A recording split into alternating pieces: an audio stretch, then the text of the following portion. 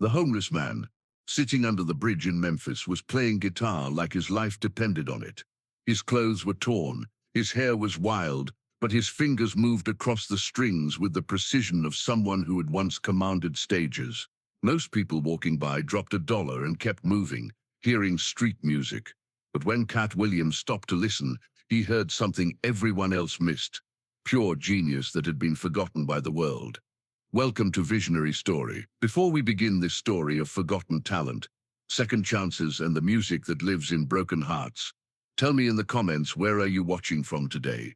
And if you believe stories like this need to be remembered, hit that subscribe button and help us make sure they are. The Mississippi River reflected the late afternoon sun as Katt Williams walked along the cobblestone paths of Tom Lee Park in downtown Memphis. He'd finished his sound check at the Orpheum Theater hours earlier and had decided to explore the city that had given birth to so much of America's musical soul. Memphis was a place where legends were made and dreams were broken, often on the same street corner. As he walked toward the Hernando de Soto Bridge, the sounds of the city created their own symphony, traffic humming above, boats churning through the muddy water below, and the distant laughter of families enjoying the riverside park. But then, cutting through all of that urban noise, came something that made Katt stop in his tracks.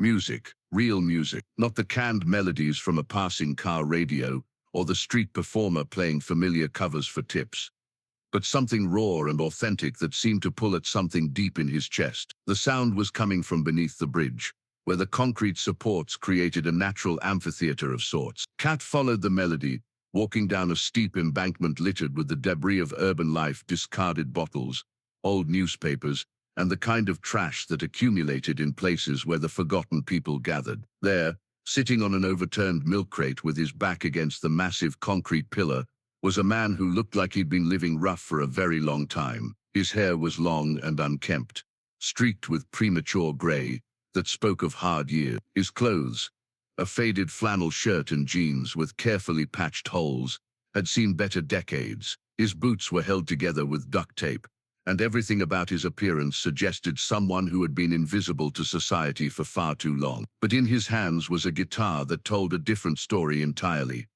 The instrument was a Martin D28.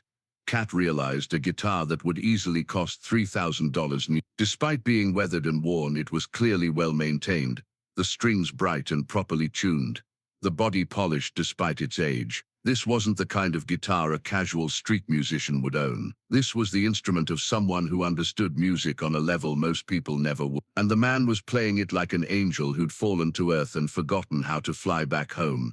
The melody was hauntingly beautiful, something that sounded familiar but wasn't quite anything Katt could name. It had elements of blues, jazz, folk, and something else entirely, something that felt like Memphis itself if Memphis could sing about its own heartbreak.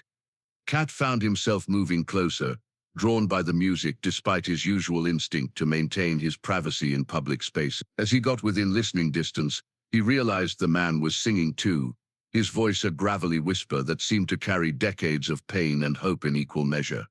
Been walking these streets so long I forgot what home looks like. Been singing these songs so long, they're the only truth I got. People pass me by like I'm invisible, like I'm already gone. But this old guitar still remembers when I belonged. The lyrics were original, Katt was certain, and they were good. Better than good. They were the kind of words that professional songwriters spent years trying to craft, delivered with the authenticity that came from living every word. A small crowd had gathered, office workers on their way home, tourists exploring the riverfront, local residents who recognized the daily concert that apparently took place in this forgotten corner of the city. Most listeners dropped $1 or $2 into the open guitar case and moved on, but a few lingered, clearly moved by what they were hearing. Katt stayed at the edge of the group, studying not just the music but the musician himself. Despite his circumstances, the man carried himself with a dignity that suggested he wasn't broken, just bent. His eyes were clear and intelligent, his movements deliberate and graceful. This wasn't someone destroyed by drugs or alcohol. This was someone who had simply fallen through the cracks of a system that chewed up artists and spit out the pieces. When the song ended, the small crowd applauded and dispersed, leaving their donations and moving on with their lives. Within minutes only Katt remained, still standing in the shadow of the bridge support, trying to process what he'd just experienced. The musician looked up and noticed his solitary audience member. Up close, Katt could see that the man was probably in his early 50s, with lines around his eyes that spoke of both laughter and sorrow. "Appreciate you listening," the man said, his voice carrying the slight rasp of someone who'd spent years singing in smoky venues. "Most folks are in too much of a hurry to really hear anything these days." "That was incredible," Katt replied, stepping closer. "I mean really incredible. How long have you been playing?" The man smiled, and for a moment his face transformed into something that suggested he'd once been quite handsome, charming even. "Started when I was 7. My mama saved up for months to buy me my first guitar from a pawn shop. Said music was the one thing nobody could ever take away from you." He gestured to his current surroundings with a rueful laugh. "Turns out she was wrong about that. They can take away your record deals, your studio time, your band, your house, your family, but they can't take away what's in your hands and your heart." Katt felt a chill run down his spine. "Record deals?" The man nodded. "I'm Marcus Washington. Probably doesn't mean anything to you, but I had my 15 minutes back in the day, opened for B.B. King a few times, had a couple albums that almost made it, played some of the better venues around the South." Katt's eyes wide. He did recognize the name, vaguely from his own early days in the music and entertainment scene. Marcus Washington had been on the verge of breaking through in the early 2000s, a blues and soul artist who had been generating serious industry buzz before mysteriously disappearing from the scene. "What happened?" Katt asked gently. Marcus's expression darkened slightly. "Same thing that happens to a lot of us. Record label politics, bad contracts, worse management. I signed a deal that looked good on paper but gave them ownership of everything. My songs, my name, even this guitar technically. Though they never bothered to come collect it." He strummed a few chords absently. "When I tried to get out of the contract, they made sure I couldn't get work anywhere else. Blacklisted me from venues, studios, even songwriting credits. Spent everything I had on lawyers who couldn't fight a system that was rigged from the start." "How long ago was 15 years, give or take. Been living like this for about 10 of those years. Tried to stay in regular housing for a while, worked construction, restaurant jobs, anything that would hire someone with gaps in their employment history. But the music kept calling. Marcus played a few more bars of the song Katt had first heard, and the melody seemed to capture everything he'd just described. Loss, perseverance, and an unshakable love for the art itself. "I come out here most days around this time," Marcus continued. "Good acoustics under here, and people are usually in a better mood when they're walking by the river. It's not much, but it keeps me fed, and I get to play for folks who want to listen." Katt was quiet for a moment.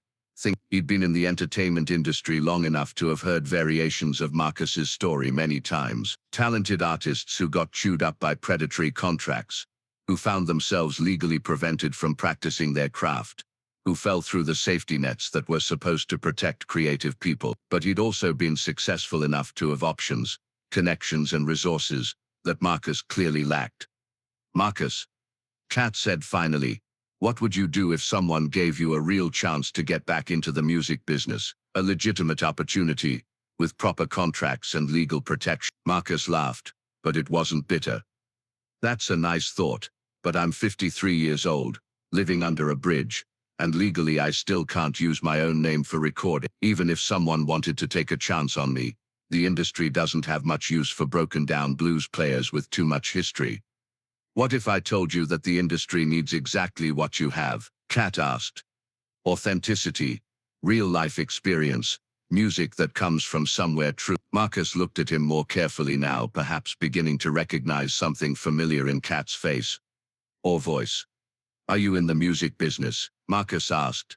"Entertainment, more broadly. I'm Katt Williams." Marcus's eyes widened in recognition. "The comedian." "Man, I've seen your specials. You're brilliant." He paused, processing. "What are you doing down here talking to me?" "I heard something special and wanted to understand it better," Katt replied, "and now I'm thinking about how to help you get back to where you belong." Over the next hour, Katt listened as Marcus played several more original songs, each one demonstrating a level of musical sophistication and emotional depth that was rarely found in mainstream music. They talked about Marcus's history, his influences, and his dreams of getting back into legitimate recording. "I've got connections," Katt said finally, "people who owe me favors, who trust my judgment about talent. But more than that, I've got resources to help you get the legal issues sorted out, get you proper representation, maybe even fund some studio time to put together a demo." Marcus stared at him in disbelief. "Why would you do that? You don't even know me." "I know your music," Katt replied, "and I know what it's like to be dismissed by people who don't understand what you're trying to create. The difference is, I got lucky. I found my audience, built my platform. Now I can use that platform to help artists like you find yours." 6 months later, Marcus Washington, now performing under the name Marcus River, to avoid the legal complications with his original recording name, was performing at the New Orleans Jazz Festival. His debut album, Songs from Under the Bridge, had been recorded with some of Nashville's best session musicians and produced by a team that Katt's connections had recommended.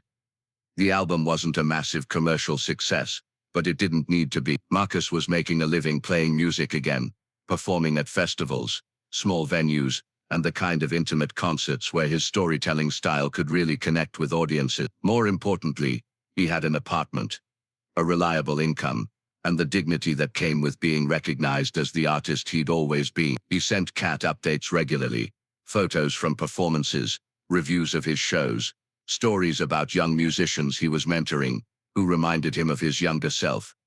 "You didn't just give me a second chance," Marcus wrote in one letter. "You reminded me that talent doesn't expire, that dreams can survive even when everything else falls apart. Every night when I walk onto a stage instead of sitting under a bridge, I remember that sometimes all it takes is one person who believes in what you're doing." Katt kept those letters as reminders that some of the most important discoveries happen not in recording studios or talent agencies, but in forgotten corners, where real artists continue creating even when the world has stopped listening. So now I ask you, have you ever walked past someone whose talents were hidden by their circumstances? Have you been the person whose abilities were overlooked because of where you ended up rather than where you started? Share that story in the comments. Let others know about the hidden genius you've encountered, or the moment when someone finally saw what you had to offer. Because at Visionary Story, we believe that extraordinary talent can be found in the most unexpected places, and sometimes all it takes is one person willing to stop and really listen to change everything. Thank you for watching. If this story touched you, subscribe, share, and help us keep these voices alive. We'll see you in the next one. And until then, remember, if you ever hear music that moves your soul, maybe you're listening to someone whose story deserves to be heard.